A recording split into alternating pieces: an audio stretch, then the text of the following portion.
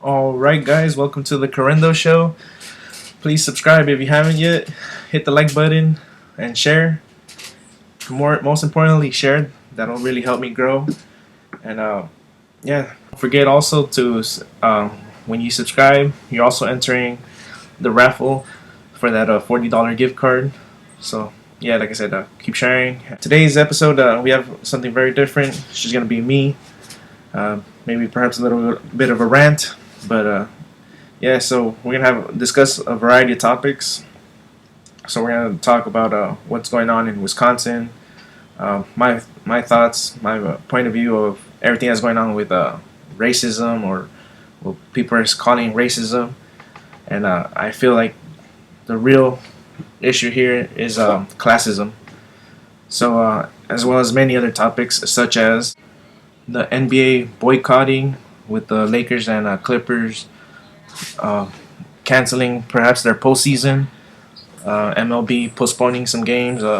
Recently, the NHL has postponed the playoffs as well, and yeah, just a lot of sports are stopping their operations, and the rising tensions here in the country, which, like I said, going back, I believe is due to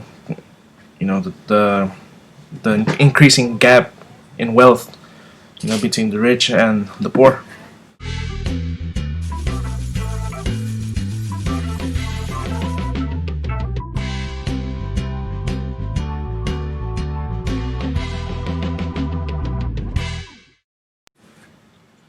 It's very sad to see what's happening in Kenosha, Wisconsin. I think it's been bad on both sides, actually.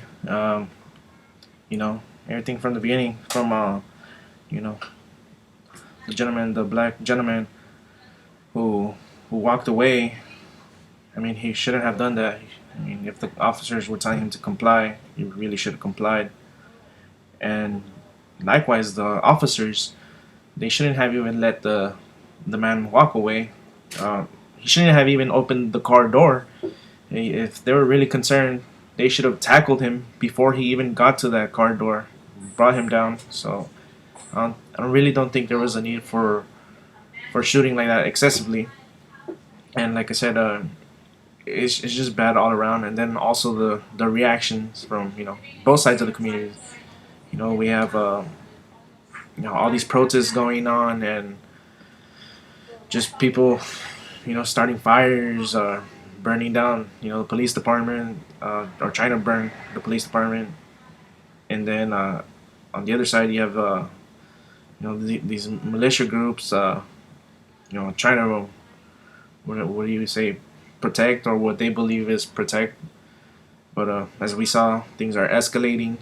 um, this 17-year-old teen, he wasn't even from Kenosha, and he came from another state. His mom brought him over from another state. At least that's what the reports are so far. And he ended up shooting, I believe it was three people. He killed two people, shot one in the head, one in the chest, and one in the arm.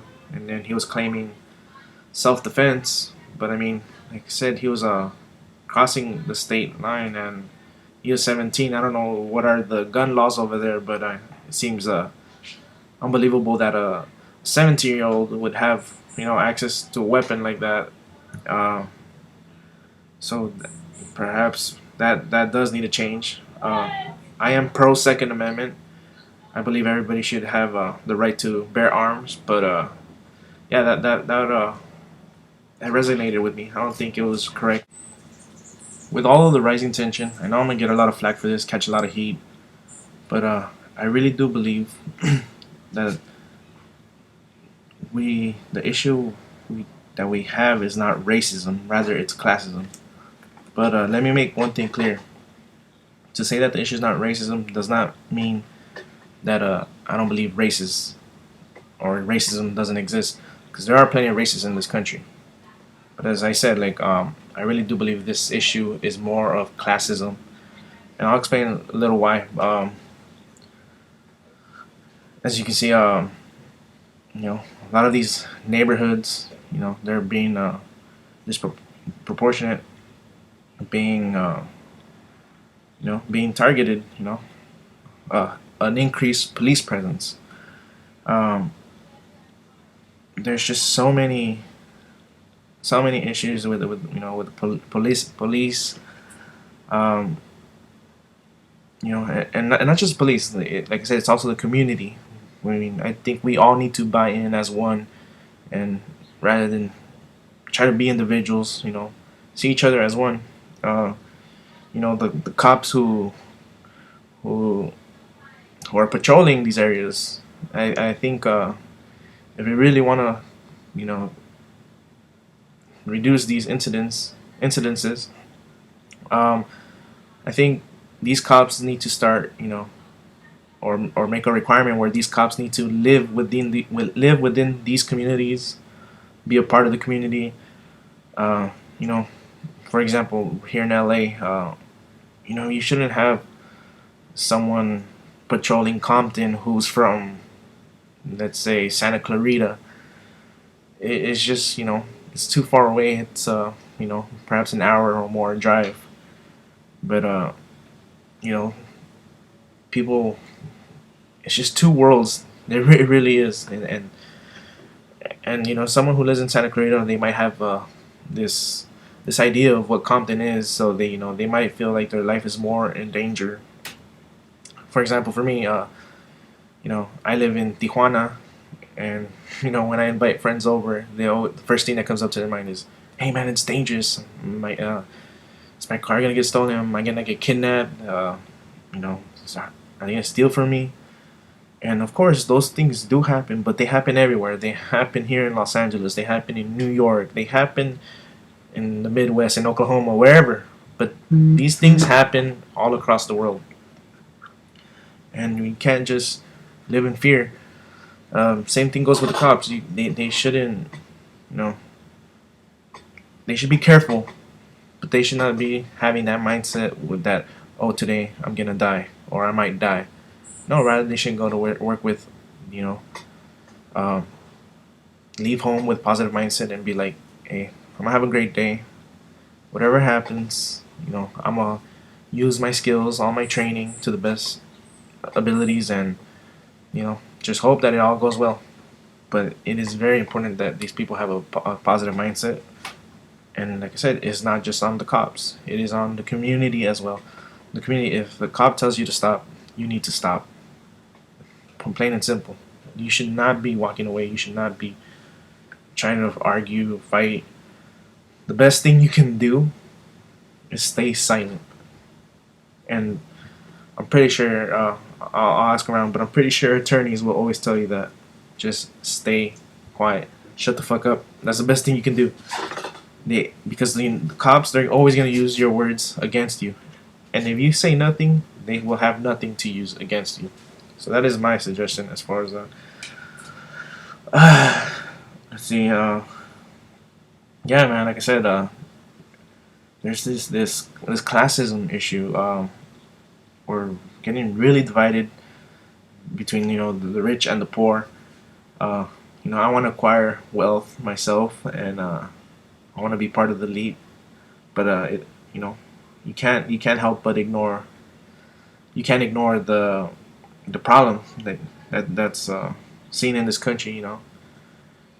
Especially the disconnect from the stock market. The stock market is at all time highs, while just last week another million people filed for unemployment. Mm. And yeah, there's a lot of tactics that are going on that people think they're being helped, but in reality, in my opinion, they're not. Um, the $600 a week that they're giving out. Hopefully, if you were getting that, you were taking advantage of that, of taking advantage of all the extra time you had. But only through desperation, through struggles, comes innovation. And for example, for me, I didn't even qualify for the 1200 stimulus 1200 yeah, the stimulus check, because I'm married to a Mexican, and I'm petitioning for her at the moment. But and I claim her in my taxes, and that was one of those things that made you not qualify or disqualified you from getting the 1200. And that made me realize, hey, this government is not it's not here to protect me. It's not to look out for me. Nobody's gonna look out for me except myself. So, thus, I started this podcast. In an attempt to pursue wealth, reach out to people, uh, network, because I'm generally a shy person. So this was a great way for me to talk to people. And yeah, this is really really complicated issue. I think if those 600 didn't go out, I think a lot of people, they would have, obviously there was no jobs, but if they were asked to go back, I think in a lot of places were shut down for 6 months. So in those 6 months, I'm pretty sure people would be like, hey, how do I make money? And like I said, that innovation, that's what made America become what it is. And we need that innovation. We need those to go through those struggles. We need to, hit that rock bottom in order for us to rise to the occasion. And those, you know, social programs are not working. I mean, look at California. It's the you know the most prosperous state, yet we have the most homeless and the most liberal, more whatever you want to call it, the most socially progressive. We have so much money given away for all these social programs. Um, and I know people who are part of those programs or use those programs, and they just end up getting stuck in that cycle. For example, Section 8 or it's the projects. I know somebody who lives in the projects. I think their rent was like 200-300 bucks. It wasn't that much. And when I would ask them, like, hey man, why don't you pick up some extra shifts, and, or get another second job to make more money? And that person's response was, no man, I can't afford to do that because you know I'll lose my home, where I live. I won't get that subsidy anymore, that relief, that government relief. So imagine if you work more or if you try to make more money, you're being, in a sense, punished. That is very wrong. And even Robert Kiyosaki, you know, he said, like, he broke the internet a couple months ago or a year ago, I believe, when he said they want to keep you poor, and he's right. They do. You know, if you get rid of these programs, there's people who run these programs. There's people who are getting paid for this. Um, just a whole bureaucracy. Uh, yeah, we definitely need to change. And if you work more, you try to make more money, you should not be punished. It's a very broken system. I'll give you guys an example from my mom during the Northridge earthquake. I believe it was in '93 or '94. Where we live, our home got damaged, and they offered my mom Section 8, and she didn't want to accept it because she believed that we were going to fall into that cycle, and she didn't want us to be part of that cycle. Thankfully, she didn't do that, and it also rubbed off on me. I've never taken what is it, food stamps. I can't think of any social program that I've been a part of. So yeah, like I said, when you're facing adversity, that's when the best comes out of you, and I think we need to really work on that. For the NBA, let's see. I applaud them for taking a stance, for not just staying quiet. I mean, it's definitely bringing eyes and ears to the situation. However, you know, if they really want to make change, they they shouldn't just be canceling, the basketball season. If they don't want to play, that's totally up to them. I don't really care about that. Um, but if they really want to change, in my opinion, this is my opinion, I believe these players, they need to be in the front lines. They need to be marching with the people. They should go to Kenosha, go to Wisconsin, or wherever things like these happen. Like before, it was in what was it, Minnesota with George Floyd, where these things are happening. People need to go. Um, you know, if you really believe in something, then you need to be willing to die for it. And I'm not saying for you to be a martyr or put yourself in harm's way, but even the founding fathers of this country, when they, before the revolution, when they started the Declaration of Independence, when they signed that, they knew that either this was gonna create freedom for all of us, or this was just gonna be their death sentence.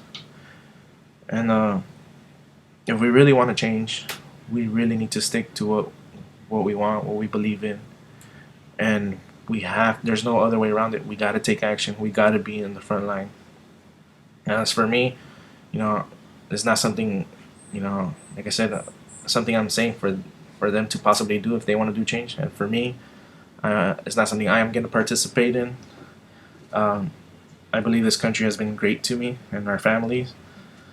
I know it's not a perfect country, and the way things are going, there's a lot of divisiveness, but we shouldn't really focus on the negatives. We should also think on the positives.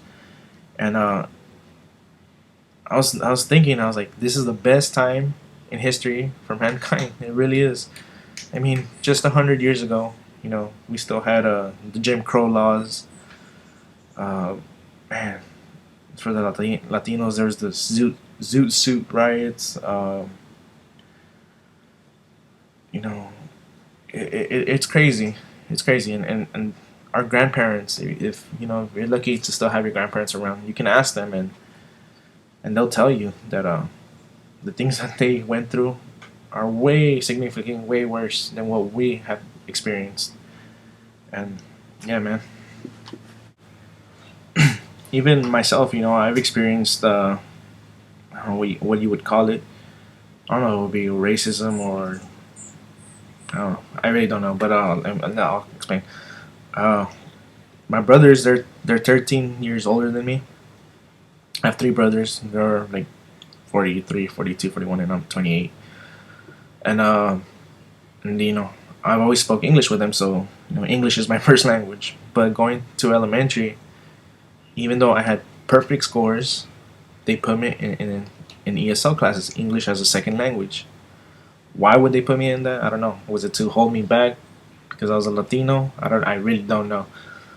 But I don't use that as an excuse for any failures. Rather, I use that as fuel, as motivation, and proving them wrong. Like, hey, you guys try to help me back, but I'm pushing through, and I'm gonna get better, and nothing's gonna hold me back.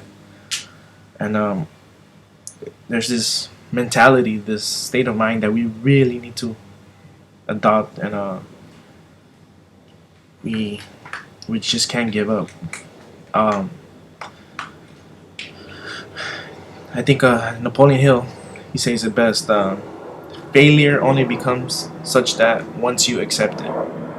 So we may be facing temporary defeat, but it's never failure. Failure is once you accept it. Once you say, "Hey, fuck, I quit. It's not good." That's when it's failure. But if you keep on pushing, if you keep on going, nothing's gonna hold you back. Nobody will hold you back. And right here, this is the most important thing, man. They can, arrest you. They can do whatever they want, but as long as you have your mind, and everybody has they're free. They're free. Their mind that they I can't even say it. Everybody has that free will, that gift that we have, a brain that's called a brain, and we can all make our own decisions, and hopefully we make the best decisions. Yeah, man, this is really hard. This is really tough. And rather than being divided, I think we need to come together as a nation, as a people. Um, the most important thing is, I would say, is just listen to people, listen to another person. You don't necessarily have to agree with them. I mean, even for me, like, I'm not joking. Like, I I can probably have a conversation with someone who's a racist, who is a KKK, clan member, or even a leader, and he may not like me, or because of my race or ethnicity, whatever. But that's okay. Like, that doesn't matter to me. If you don't like me, that's fine. I mean, I have no control over that. I don't worry about what I can't control. The only thing I can do is be positive, you know, treat them the way I would like to be treated, and hopefully that gets reciprocated. Um, but yeah, you've gotta, hear people out, and just because you don't agree doesn't mean you shouldn't give them an opportunity to hear their story, hear their side, and vice versa. Like, if you listen to them, more than likely they'll be willing to hear you out, and you don't have to convince them. You could, like I said, you just share with them your point of view. Just doing that will open their eyes, and